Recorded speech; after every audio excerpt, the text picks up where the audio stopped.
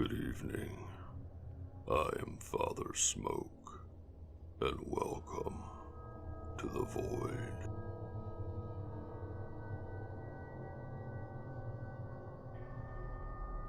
We've all heard of at least one variation of the Phantom Hitchhiker story. It may very well be one of the best known and most universal of all the so-called urban legends. But just in case, might I refresh you on the familiar tale to set the mood for tonight's stories of the roads and highways and the ghosts that haunt them. A young man is driving a lonely country road late one rainy night when he is startled to see a young woman walking alone along the shoulder. He pulls over and asks if she wants a ride. She appears a bit dazed and soaked to the bone. With a mumbled word of thanks, she gets inside. The man reaches behind him, grabbing his sweater from the back seat, offering it to the hitchhiker. In the glow of the dashboard, he can see that she is quite a lovely girl. She smiles and drapes the sweater over her shoulders, telling him she has to get home to her parents. It's now that the driver notices that her face and hands are scratched and bleeding, and when asked what happened, she explains how her car slid off the road and into a ditch, that she had been standing there for what felt like hours hoping for help before she decided to walk the rest of the way to her parents' home. He assures her that it is no problem for him to take her the rest of the way. She thanks him, pointing ahead into the darkness, and says that the house is only a few more miles ahead. As he musters the courage to ask her name, she points to the lights of a house in the distance and asks him to stop. He barely has time to stop the car before she is out and running away into the night. A bit startled by her sudden exit, he decides to drive on, quietly berating himself for not asking her for her name. But then a realization. She was still wearing his sweater, a convenient excuse to drive back to her parents' home and more formally make introductions. A few days pass before the young man drives back to the mysterious woman's home. He knocks on the door and is surprised when a very old woman answers and invites him inside. As he looks about the interior, he notices a picture of a beautiful young woman he had come to see. Assuming, he asks the elderly woman if her granddaughter is home. Looking at the portrait with grief-stricken eyes, the old woman starts to weep. The young man listens as she explains that her daughter was killed in an auto accident on a rainy and cold night 40 years ago. Her daughter, she said, is still trying to come home. He leaves the old woman's home, concluding she must not be all there, that maybe her old age has caught up to her mind. The young woman he had picked up those nights before could not have been any older than 19 years old, and she was very much alive. As he passes a rural cemetery nearby, something swaying in the wind catches his eye. He stops and decides to investigate, and finds his sweater draped over one of the grave markers. The tombstone marks the final resting place of a young woman who had passed on nearly 40 years before.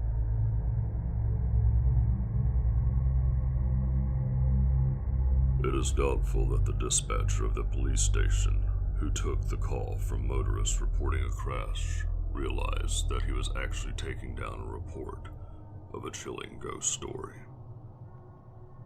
The witnesses all told the same story. A car had swerved off the road, its headlights ablaze in the night, and crashing into the undergrowth on the side of the highway. When officers investigated, there was no sign of the reported accident. It was apparent by the thick vegetation off the highway that had remained undisturbed. No vehicle had crashed through it. But witnesses to the scene insisted they had seen the car that lost control and veered off the highway, headlights burning bright as it crashed into the undergrowth. So police returned to the place of the alleged crash in the daylight and began to search through the thick and dense woods.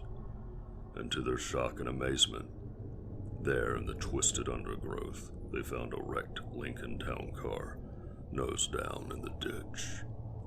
Practically invisible from the view of the road and any passing motorist. However, there was no way this car had been involved in the crash the previous night. There was no way this vehicle was seen, with its headlights burning bright in the dark. This car had been hidden, nose down in the ditch a good while. In fact, this car had been concealed by the thick, twisted brush for so long that the body of the victim of the accident inside had decomposed to nothing but bones. Puzzled by the turn of events, officers continued to search, but they could not find evidence of a recent crash, only one that had taken place months, if not years before. The question that will never be answered to anyone's satisfaction is if the motorist that saw that crash had actually witnessed a ghostly replay of an accident that had taken place unnoticed a time before.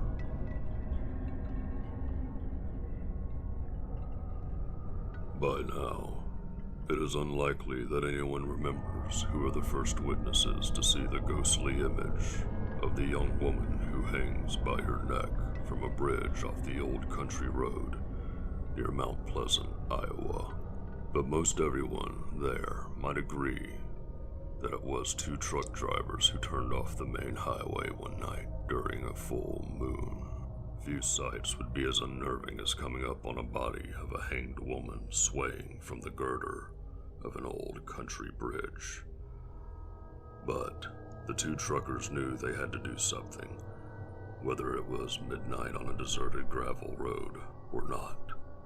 Their feet had no sooner touched the rocky path when the form of the hanging woman began to fade from sight. By the time it took them to reach the old rusted bridge, the woman and the rope she hung from had completely vanished.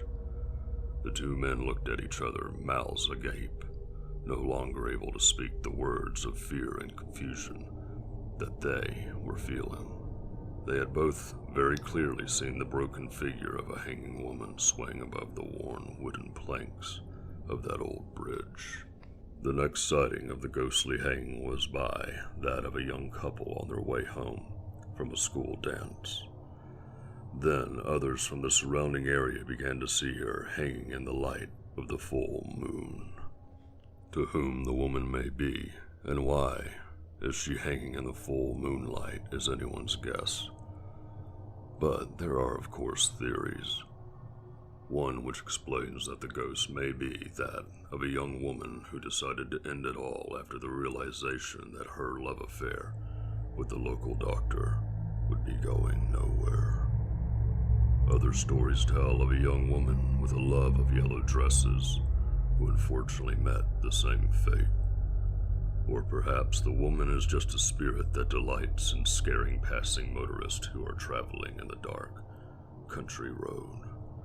Or maybe she is only an urban legend, that is, until on a night when the moon is full and bright, that some unlucky soul turns the bend toward the old country bridge and sees her ghostly figure hanging there.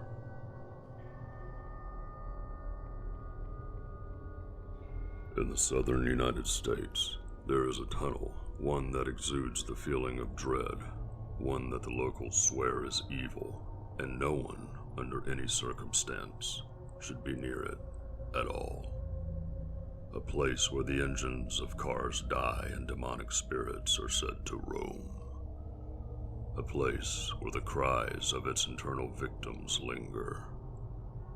Built in the 1920s, the tunnel is the site of rumored deaths, murder, and of course, satanic rituals. The legend states that a man who lived near the tunnel one day in a crazed state killed his entire family, including his newborn child, and discarded them within the tunnel. It is said that if you enter the tunnel and turn off your car's engine, that in your rear-view mirror you will see the man.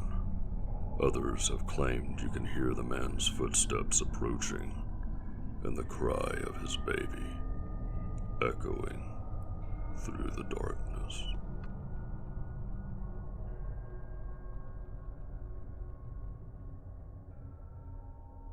The original Sunshine Skyway Bridge was built in 1954. This enabled motorists to travel between St. Petersburg and Teresina, a trip that previously was only taken by ferry.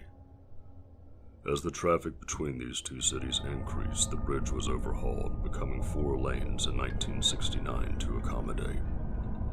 For many years thereafter, motorists used the bridge that overlooked Lower Tampa Bay without any incident.